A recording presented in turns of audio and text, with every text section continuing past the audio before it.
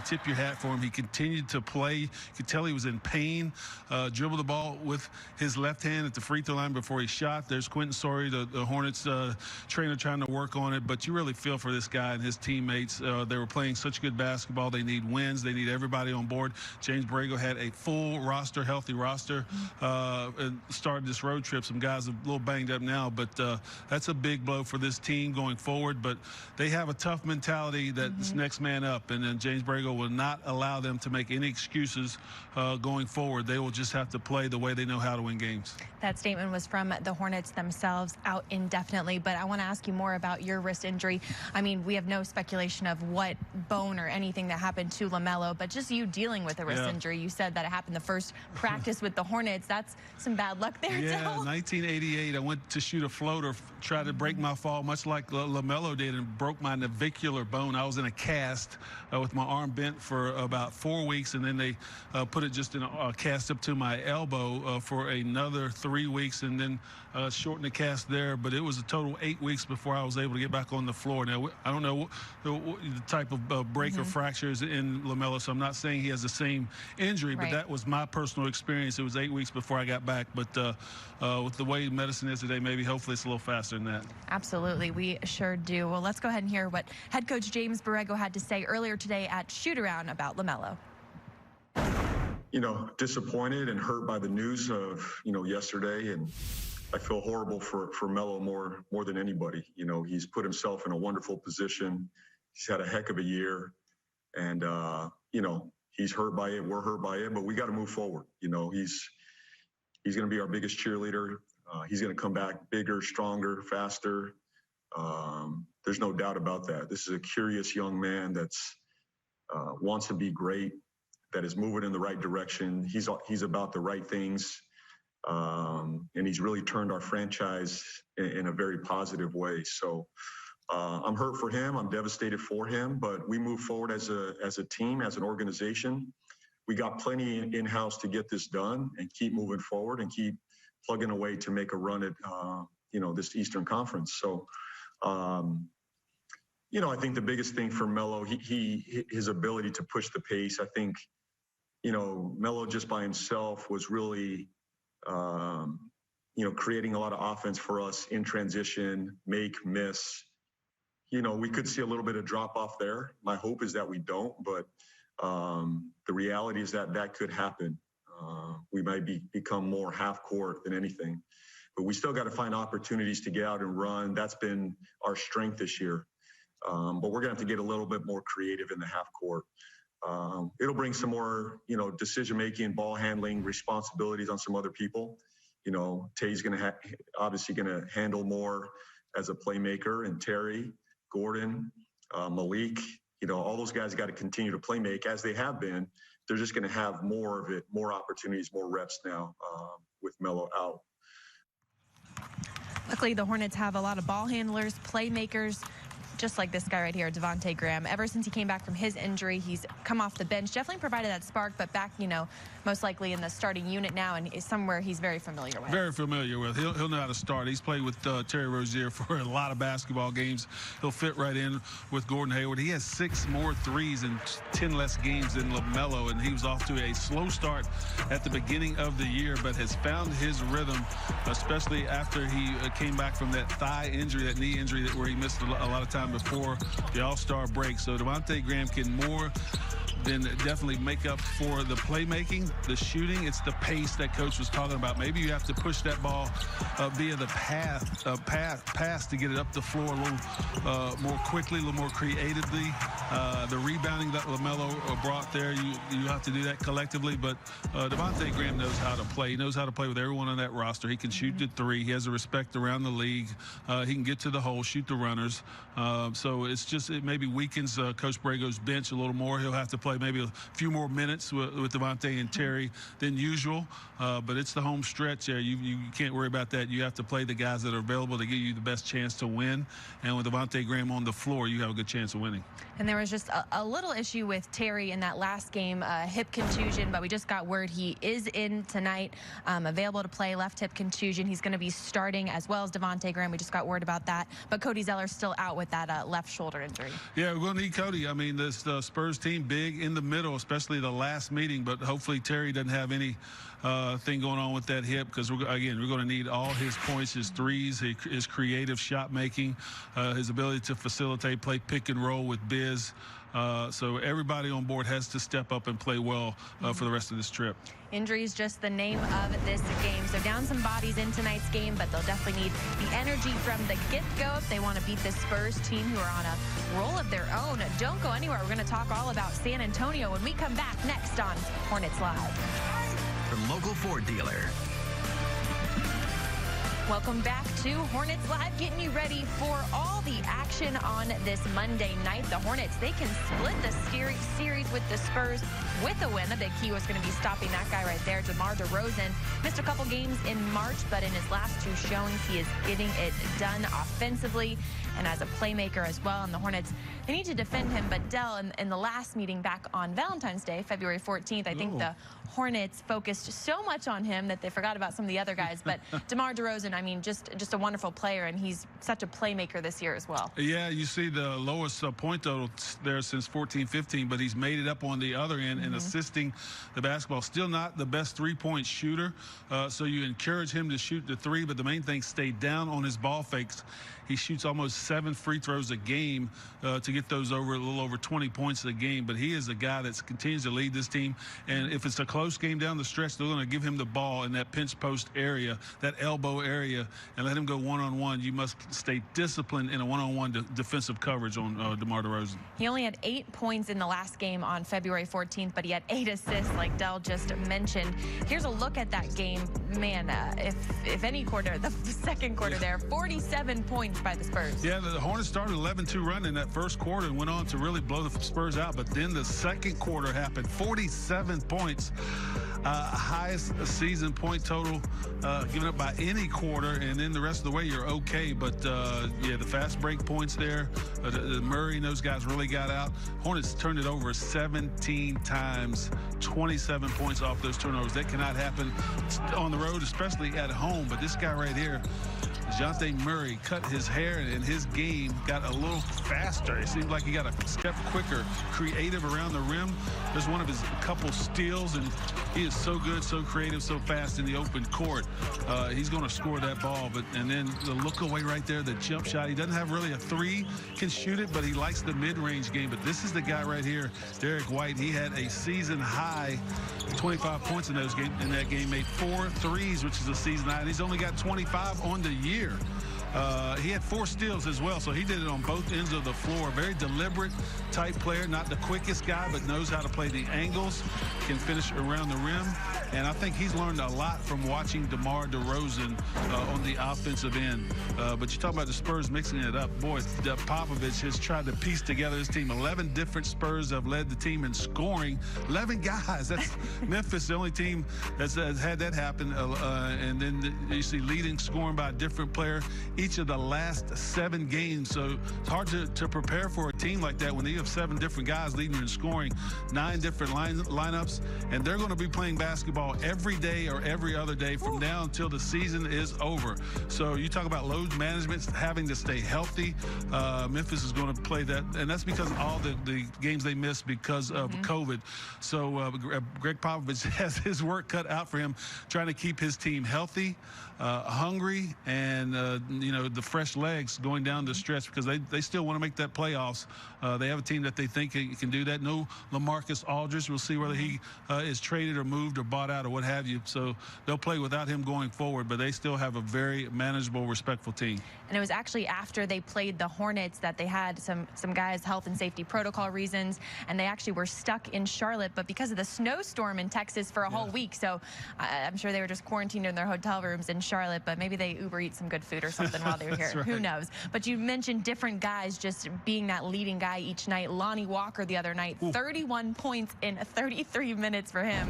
man, he's going to have to definitely watch out for him. Yeah, the career points and points, field goals, and threes. He took advantage of his time with the guys out. So that's kind of like the Hornets going to have to, with the ball out. Some guys are going to step up, take those minutes, and be able to put up points, hopefully like this, 5 for 9 from 3. He's a very aggressive guy, plays downhill, can shoot the 3, but he likes to play around the rim as well. So, you know, whether he'll start or come off the bench, he's a guy that has to be accounted for on the offensive end. They've got a lot of stars in the starting unit and coming off the bench, and so the Hornets bench, they definitely are going to have to step up in this one if they want to get a win here tonight. We're going to talk all about it. It's Miles Bridges, who's really making a number of these last few games. Like I mentioned, it's the Hornets bench in total that's going to have to step it up, especially with some of these injuries the Hornets are dealing with as well. We're going to break it all down for you when we come up next on Hornets Live.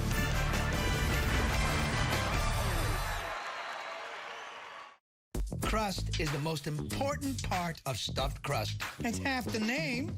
Papa John's crust is made from 6 simple ingredients. 7 if you count all this cheese. For better ingredients, better pizza, Papa John's. We've seen how far this game can go, so we take it and run. Making moves like nobody. For everybody. We don't move within the lines. We move beyond them. Hennessy, the spirit of the NBA.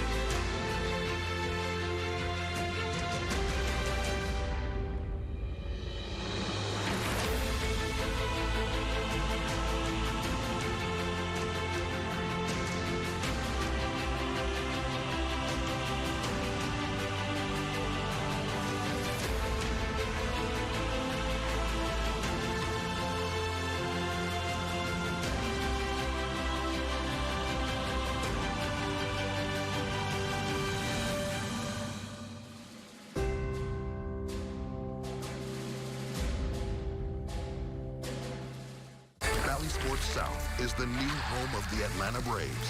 We're going for it all in 2021.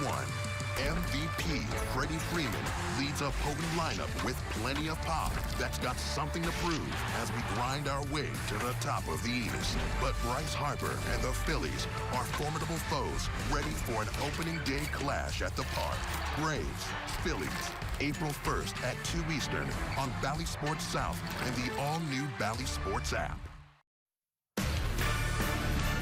Welcome back. The Hornets in the Lone Star State tonight, getting ready to take on Coach Popovich and the San Antonio Spurs. This is game 4 of 5 for the Hornets. One more before coming back to the Queen City, and we love to see it. Hornets fans around the United States, they're all over. We love when they pop up in each arena. Well, Del, a birthday was celebrated yesterday. Miles Bridges turned the big 2-3. Do you believe it? Wow, young fella. Wow, 23. 23, I know. And he's playing like he's mature, 1 year mature and a little bit older, and doing his thing off the bench here for the Hornets. Yeah, he really had a good game against the Clippers, shooting a 3-ball, backs up. That's a tough shot right there. People, he made it look easy, but making sure you get all the feet behind the line and shooting it very well. Good pass right there by Terry Rozier. Miles with season high in threes attempted and made from behind the line. This is the highlight of the game right there. Game was out of reach, but he still is playing high above the rim. That's Devontae Graham throwing it up. Hopefully we'll see that battery a lot tonight. This was his only rebound, getting offensive rebound and put back there. He's going to have to get the boards on the defensive end tonight because the Spurs are very good. But inside the look right here, we'll look at these numbers on the road versus at home. On the road place, everything's about the same except the shooting percentage, but we're going to need energy from Miles, and we're going to need these road numbers right there. Again, 11 points, almost 3 points higher. The assists are up, everything up because he's more active, maybe just a little more focused on the road.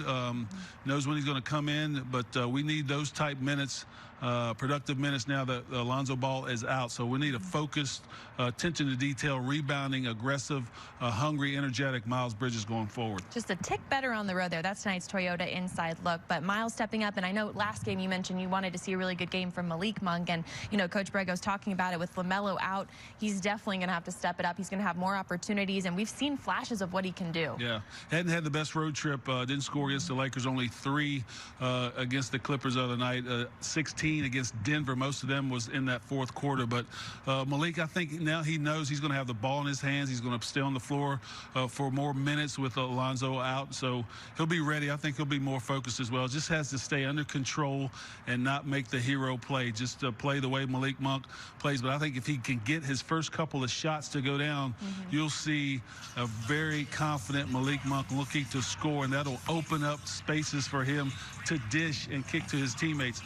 We look for him to score, but he's a willing passer. He knows how to play the game. Only 1.8 assists, but he's better a passer than that in those 29 minutes. A 12.4 for the season, only averaged about 6 so far on this road trip. So I think with getting the news, total team getting the news, Alonzo's going to be out. He's not going to be out a week. He won't be back next week.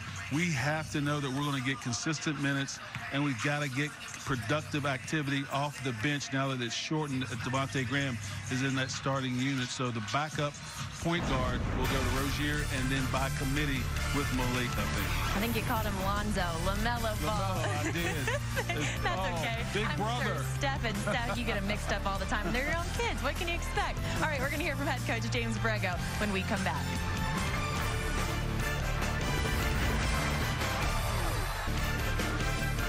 Hornets Live is brought to you by Toyota. Visit your local Toyota dealers today.